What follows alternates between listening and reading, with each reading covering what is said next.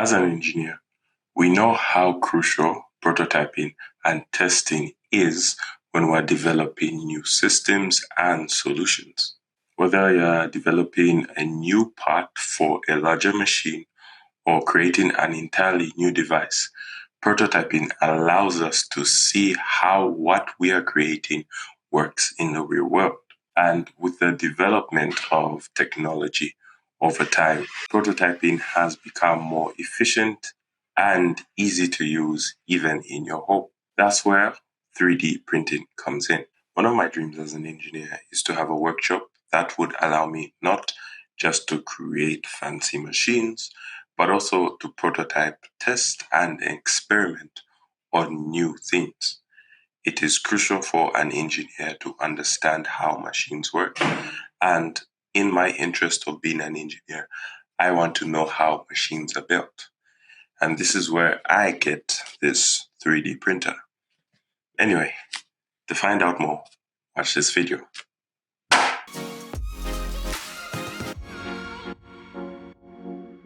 Hey guys, it's MJ Sanga, your creative engineer. And I know it's been a while since I actually posted a video on this channel. And I decided to take a different direction in terms of engineering. I've always wanted to be hands-on in terms of engineering, where not only do I explain how concepts are applied in the real world, but I would also like to build machines, build systems, build devices, and explain how they can be used in the real world. Not just for the sake of having fun of building them, but also seeing what we can do to improve the lives of others in this real world. Besides, engineering is not just for fun. As engineers, the main issue that we have is to solve problems. Unlike most career paths that require us to be on our computers and code, solve problems, or do Excel sheets, most of the engineering careers require you to be hands-on, require you to solve problems physically. And in this real world where our jobs are scarce, where there's not much in terms of opportunity for most people, you might be required to have that personal hands-on experience. This is why I was encouraged to get a 3D printer. So then, what is 3D printing? I'll summarize it simple. 3D printing is an additive manufacturing technique that can be used to produce parts either with plastic or with the development of technology now, metal. Unlike subtractive manufacturing, where you have a workpiece and you cut around it to produce a part, the advantage of additive manufacturing compared to subtractive is the whole issue of waste. When you're machining, chips, which is the material coming out of the workpiece, can't be used to machine another part. You need to take it through the process of melting and producing a block in order to use it again. Now, before we go through the whole issue of prototyping, I would like to introduce the 3D printer that actually took months to get here. And this is an Elegoo Neptune 4 Max. It's one of their largest printers available at the moment. Elegoo didn't sponsor this video. However, Elegoo was able to send a few filaments as part of this package. So thank you very much, Elegoo, for the extra filament. This will be my first 3D printer to own, though I have some experience using one during my university period. This will take experience with prototyping to the next level. Besides, you have to start somewhere, right? There are many reviews about the unboxing and the performance of the Elegoo Neptune 4 Max, so I will skip ahead and build it. It took me almost 2 hours to set up the printer, including preparing the bed and testing with a few prints. But let's move on to the final build. Yeah, so it's actually quite massive. It spans with a height of 730 millimeters, which is 73 centimeters, and width and length of 60 by 630, if I'm correct, which makes it a massive printer. Yeah, so on the issue of prototyping. Traditionally, prototyping used to be time-consuming and expensive, requiring access to specialized materials and fabrication techniques. However, with 3D printing, we can streamline this process by creating highly detailed models and components right here in our desk, literally. So then, how does 3D printing help with our actual design?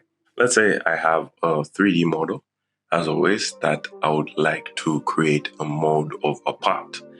Now, initially, this part is going to be of metal, but I would like to create a prototype to see how that part would look with the exact dimensions made.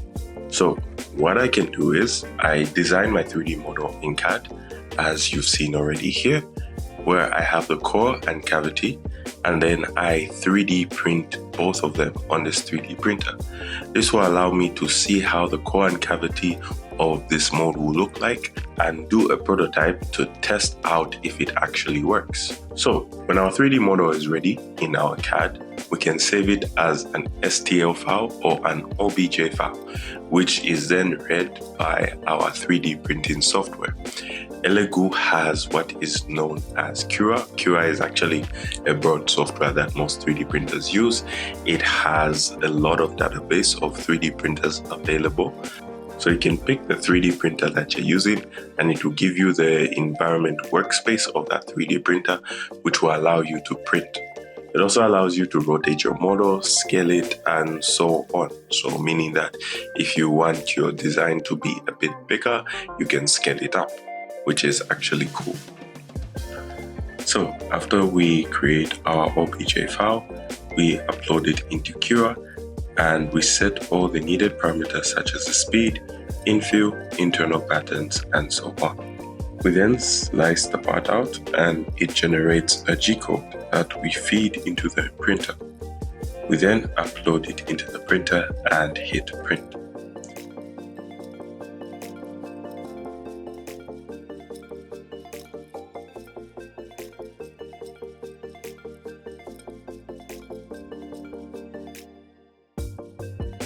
So the speed of the print depends on many factors.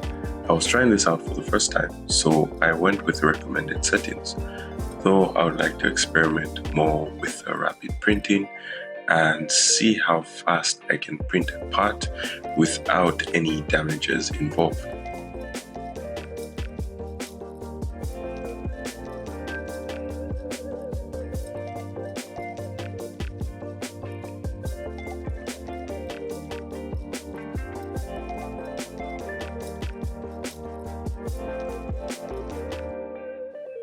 After the prints are done, I took them out and did a test to see if they fit.